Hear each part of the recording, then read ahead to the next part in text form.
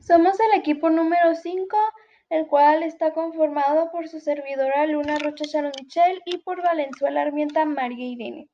A continuación les vamos a exponer lo que pudimos rescatar de la investigación realizada sobre el síndrome de Bloch-Sulzberger, el cual es muy poco común.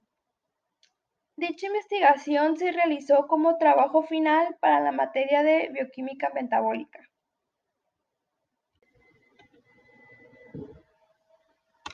Comenzando con las características generales de este síndrome, la incontinencia pigmentaria fue descrita por Garrod en 1906 y por Bloch y Sulzberger en 1926 y 1928, respectivamente. Se define como una genodermatosis clasificada unas veces como facomatosis y otras como síndrome cromosomal inestable. Su transmisión sigue un patrón de herencia dominante ligado al cromosoma X, siendo su lugar de localización el locus XP11.21. Normalmente es asociado a aneuploidías cromosómicas o mosaicismos somáticos.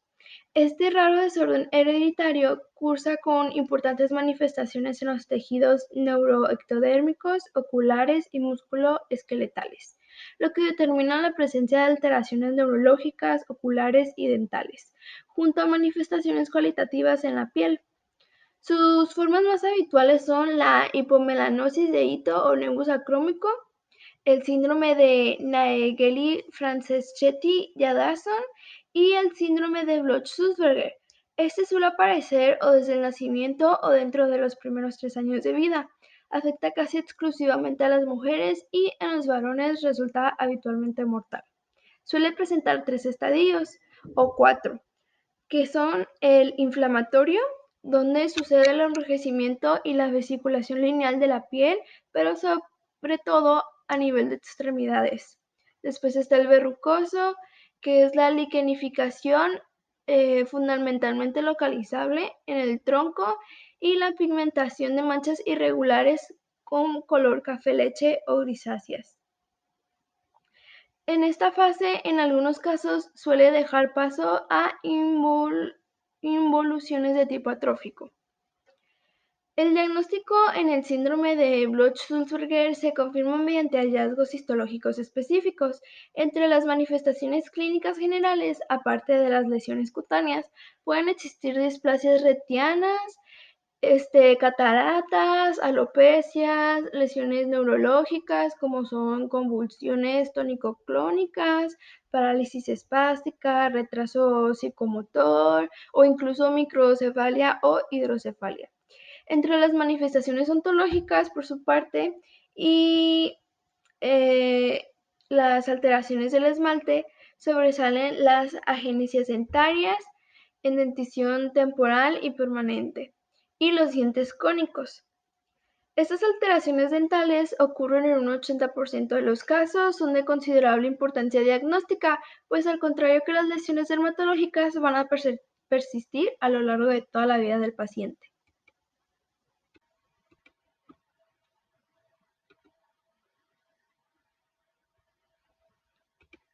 Bueno, pasando a los tipos de incontinencia pigmentaria, la incontinencia pigmentaria se considera hoy en día una polidisplasia ecto y mesodérmica. Francescéticos definen dos tipos de incontinencia pigmentaria, la cual es el síndrome de Bloch-Sulzberger y la forma descrita por Naegeli, en la cual, careciendo de periodos inflamatorios prepigmentarios, anomalías dentales o alteraciones oculares, se pueden encontrar alteraciones de la sudoración e hiperkeratosis.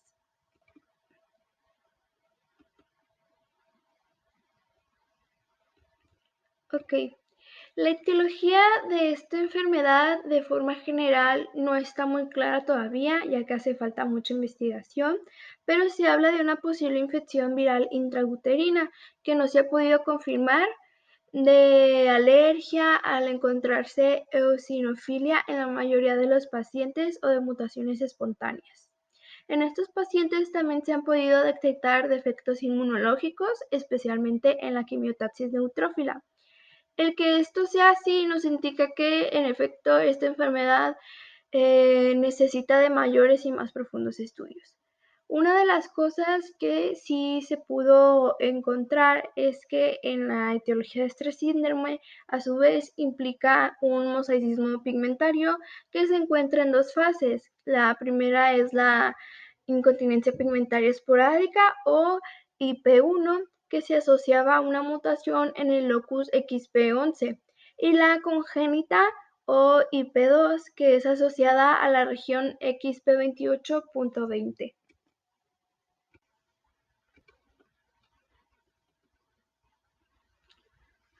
Bueno, las etapas del desarrollo de este síndrome son las siguientes. Tenemos a la etapa 1 o también llamada eritemato ampollar, que afecta hasta el 90% de los pacientes. La mayoría de las veces las lesiones existen al momento del nacimiento y se caracterizan por una erupción de vesicopústulas firmes, amarillentas, de distribución lineal, sobre una base inflamatoria que siempre siguen las líneas de Blaschko. Se localizan en miembros, tronco, cuero cabelludo y tienden a resolverse espontáneamente. Pueden recurrir en la infancia durante un periodo infeccioso banal y se acompañan de prurito. Esta fase puede desarrollarse intraútero.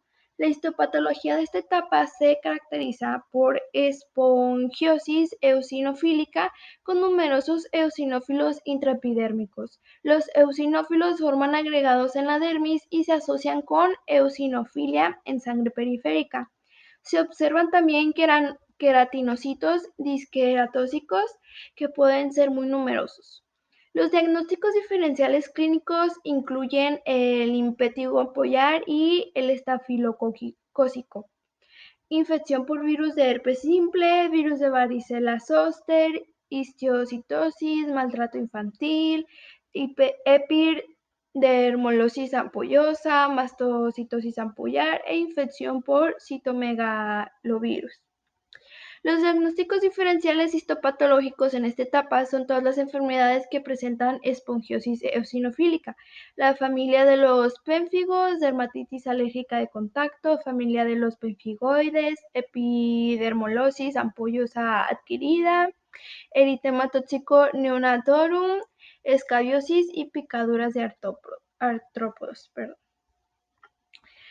Pasando con la etapa 2, también llamada estadio hipertrófico verrugoso, esta se presenta en el 70% de los pacientes entre la segunda y a las 6 semanas de haber iniciado la manifestación del síndrome.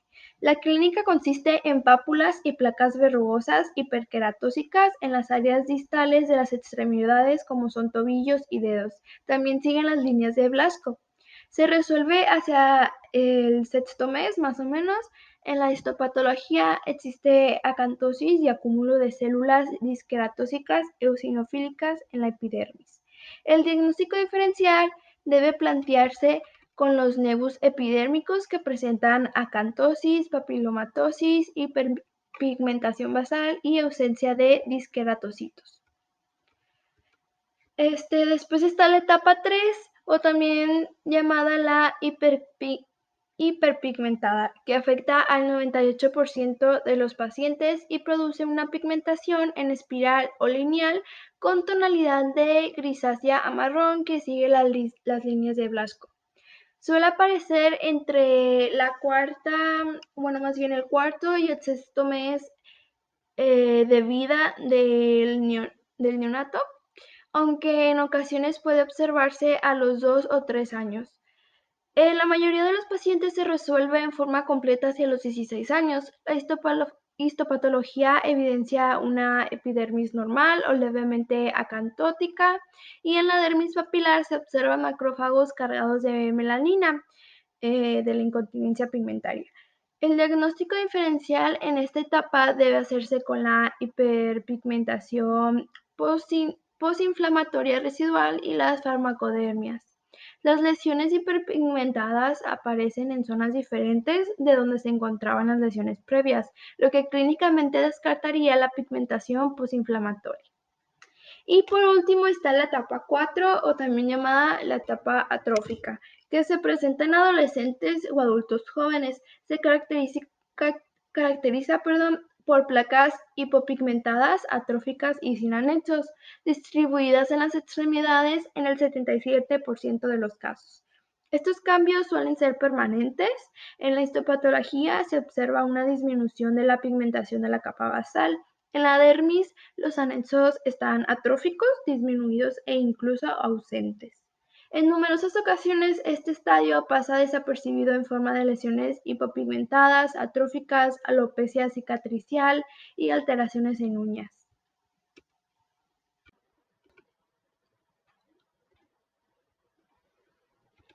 Pasando a las afectaciones y manifestaciones del síndrome, los cuales también se pueden presentar como los síntomas y signos de esta enfermedad. Las lesiones son más comunes a nivel de extremidades y el tronco. Las zonas menos afectadas son los pliegues de flexión y la cara. La afectación de los anexos incluye la alopecia cicatricial en vértex, que se presenta en los pacientes en un 30% de probabilidad, y la afectación unguial, que son las estrías longitudinales, onicogrifosis, hoyuelos, distrofia unguial y tumores unguiales en un 7 a 40%. En cuanto a las manifestaciones extracutáneas de la IP, las anomalías dentarias son la manifestación no dermatológica más frecuente en un 80%. Consiste en ausencia de dientes residuales o permanentes 43%, erupción retrasada en un 18%, deformaciones de las coronas y dientes cónicos y engancho en un 30%. Las manifestaciones oculares se presentan en un 30%, se asocian a manifestaciones neurológicas y se agrupan en retinales y no retinales. Estas son las más graves, consisten en amaurosis unilateral o bilateral, estrabismo, ptosis, hipoplasia del iris y anomalías del desarrollo de los vasos retinianos que semeja una retinopatía del prematuro. La afectación de la retina periférica o de la mácula habitualmente obedece a fenómenos vaso-oclusivos.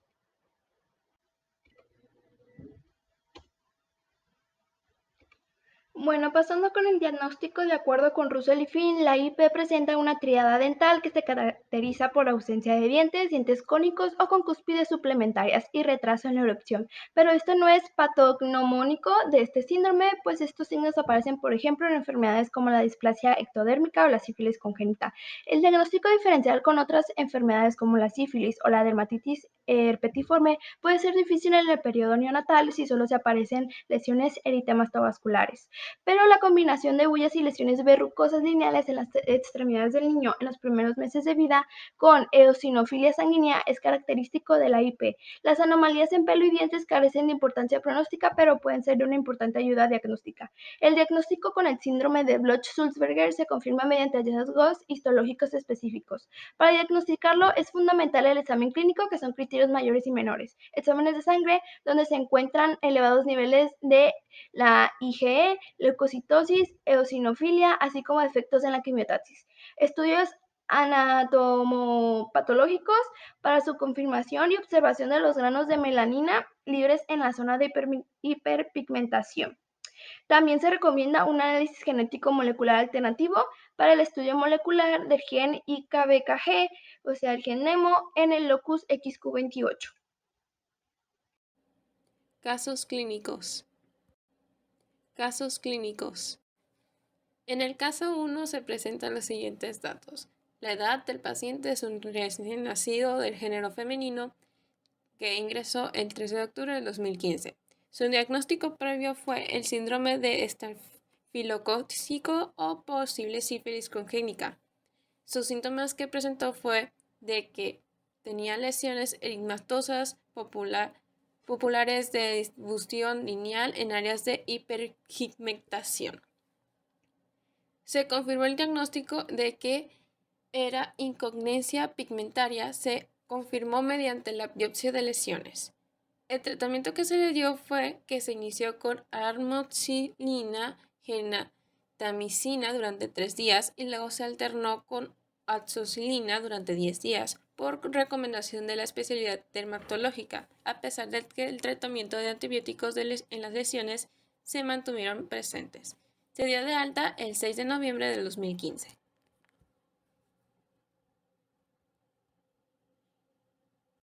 Caso número 2. Estos fueron los resultados. La edad del paciente fueron de 13 años, del género femenino. Su consulta fue en septiembre del 2018. La razón de la consulta fue por renovación de prótesis parcial provisional. El examen clínico extraoral fue que evidenció lesiones cicatrizales en la piel de la región nasal. Evaluación intraoral. Se evidenció la pérdida de múltiples dientes rebordes en túbulos amplios y delgados, alteraciones en la morfología dentaria, así como discordancia de la erupción dentaria con la edad de la paciente. El examen radiográfico se evidenció alteraciones y retardo en la erupción dentaria, impactación de un diente en la mandíbula, falta de desarrollo radicular y persistencia de dientes temporales. Por último, el diagnóstico del médico fue el síndrome de Boltz-Sensuber.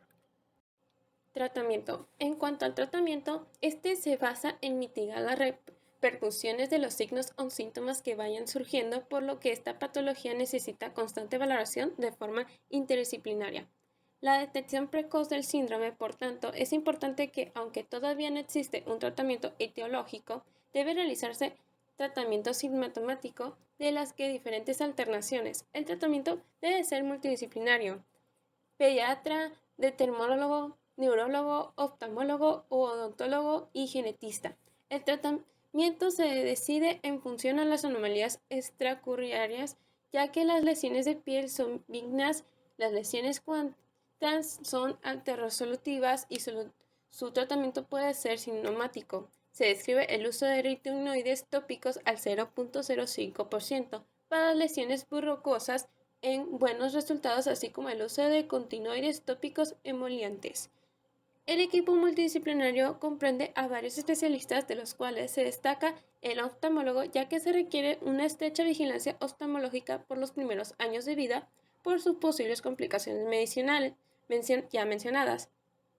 Los expertos sugieren el control mensual desde el nacimiento hasta los 4 meses, trimestral hasta el año, semestral hasta los 3 años y luego controles anuales. Los tratamientos oftalmológicos pueden incluir fotocoagulación para la prefiltración fibrovascular, cirugía peritonea para desprendimiento de la retina.